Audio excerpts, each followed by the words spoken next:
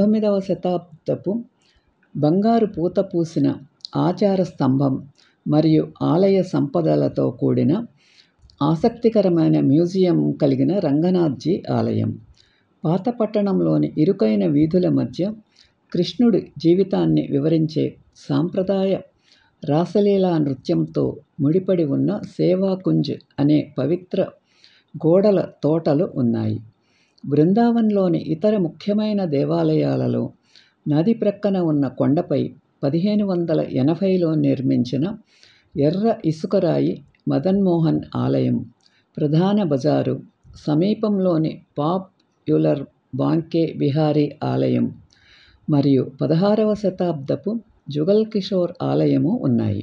పట్టణ శివార్లలో ఉన్న ఇస్కాన్ ఆలయం బృందావనానికి ఇటీవల అదనంగా చేర్చబడింది. ఉత్తరప్రదేశ్ ఉత్తరాంచల్లో గల పండుగలు.